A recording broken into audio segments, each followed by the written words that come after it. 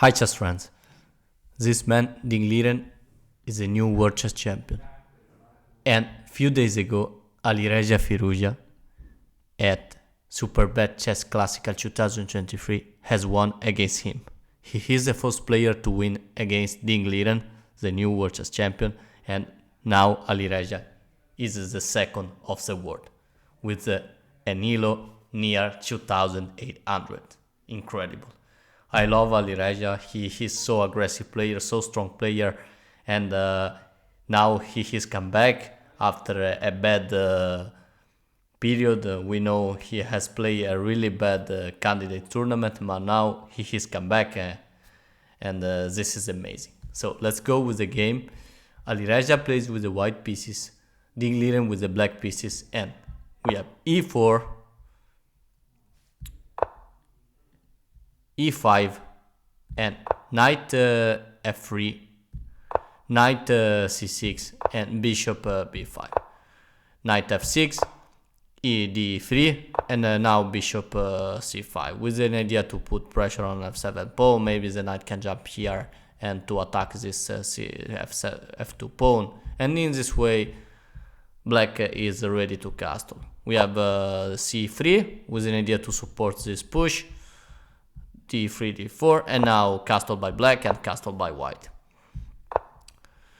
We have d5 to create some weakness in the center and open some lines, and we have knight d2 to control better the e4 square. We have d capture for e4, e capture, d capture for e4, and now a5 by king.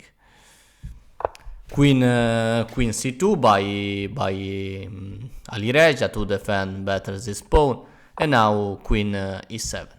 We have a4,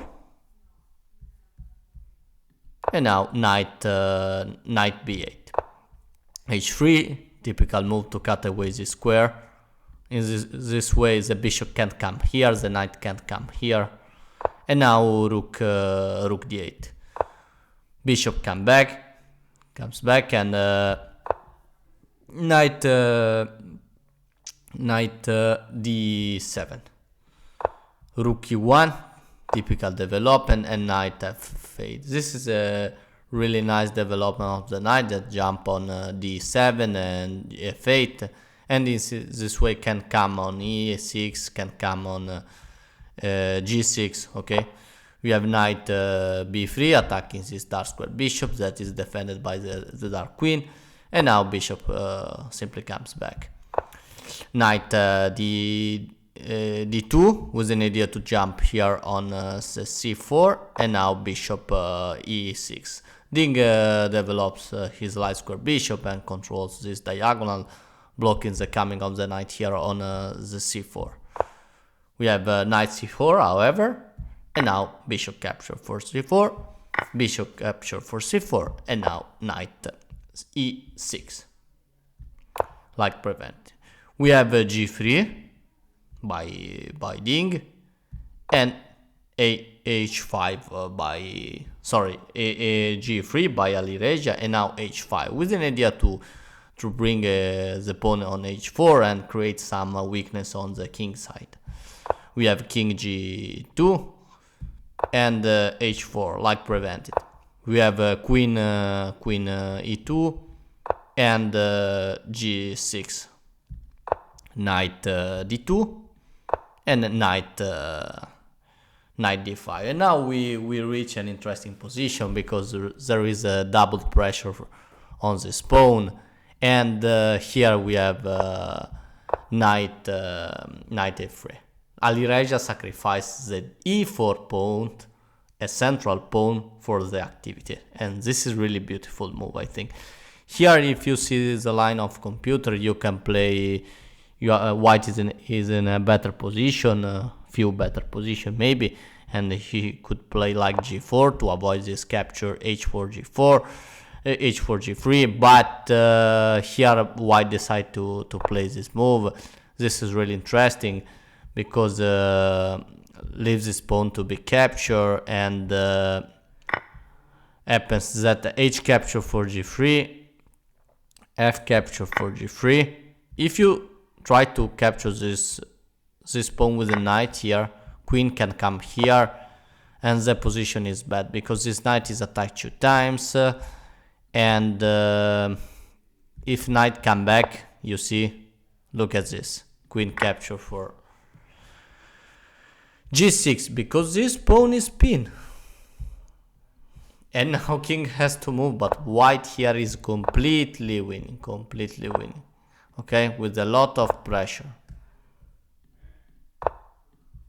Can you see the position is completely crushed, and king can't come here because follow this queen check, and bishop can't to the attack, and king he's in really trouble. And look at this is check, and king has to come here, queen has to come here, this is check. So black has to be careful, has to capture this pawn. Ding does it, h capture for g3, and now the game continues with f capture for g3 and knight capture for e4 this time. We have a knight g5.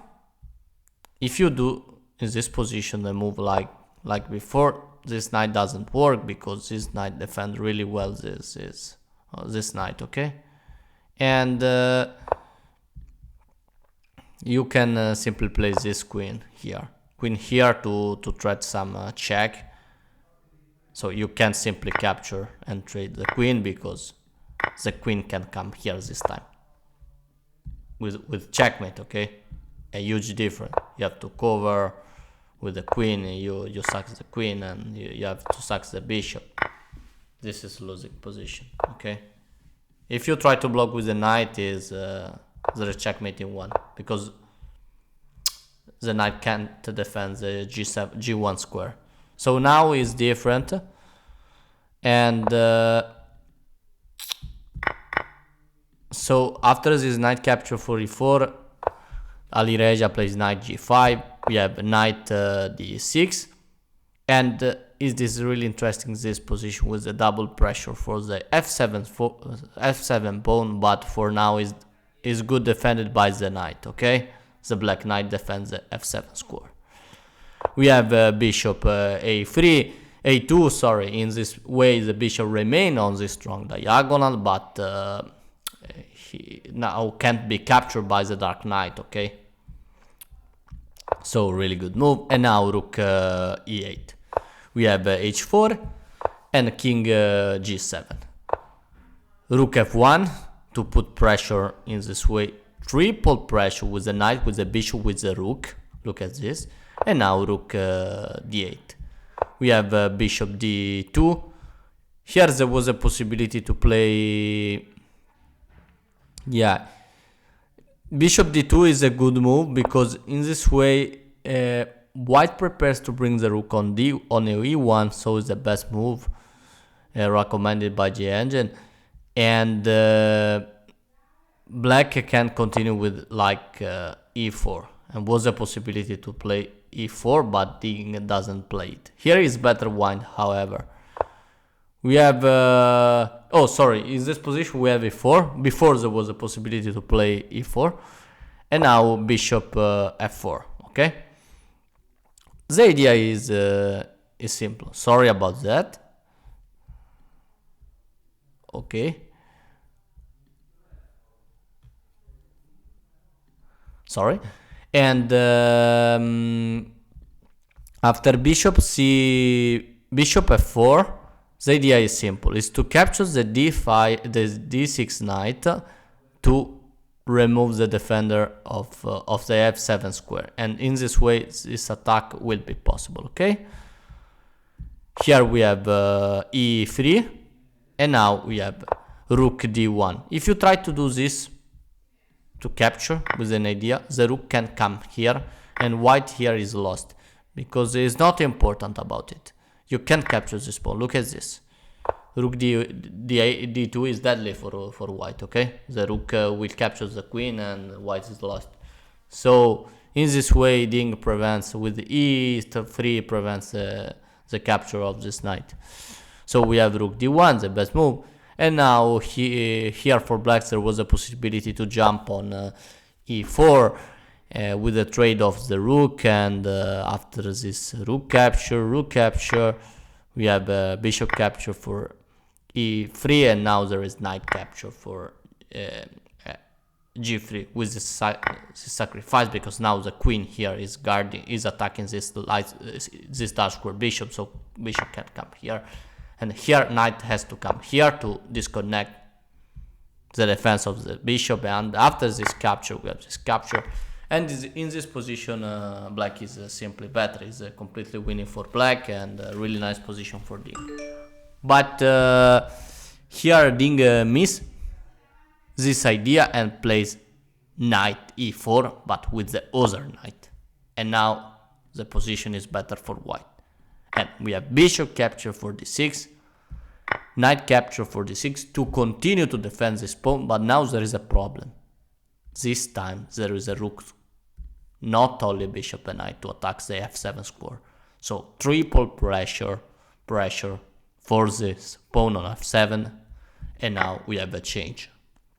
We have the capture, and bishop capture for f7, knight capture for f7, and rook capture for f7, and here black has to keep the queen.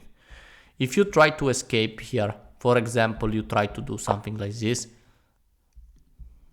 queen is however lost, so is not good. You have to give the queen for the rook and the knight, okay, like happens in the game. And now before to capture this knight, we have rook capture for d1, queen capture for d1, and now we have king capture for f7. If you are thinking about to push like e3 in this way, you have to remember this. There is a possibility to play queen d7, and if black here promote to a queen, there is a checkmate in 5 move. Knight e5 with check, and you can cover with the rook, obviously. King has to move. If you do, doesn't change nothing, because king come here, and look at this checkmate.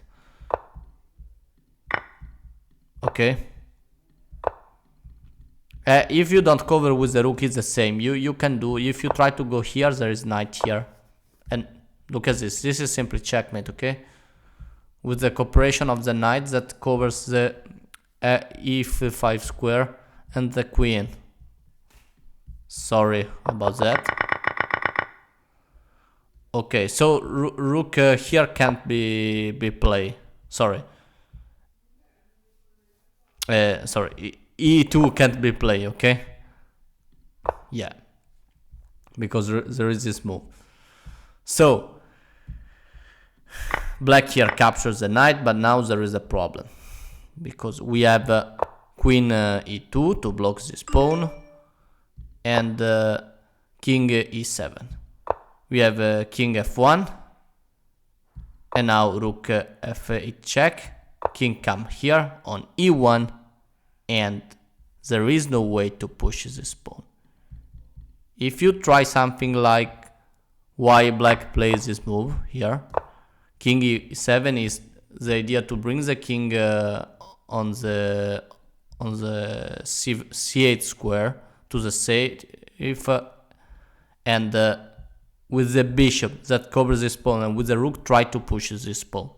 This was an idea, and in this way avoid the check on f file, okay, with the queen.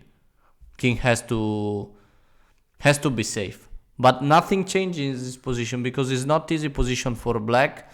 Computer suggests that is few better for white, okay. However, we have king e7, and now king f1, the best move from the endgame, and now rook f8, king e1, rook f2, and now queen g4. There is no possibility to push this pawn, because the king here is completely safe and block everything. There is no way to push this pawn. It's too strong, this king, okay.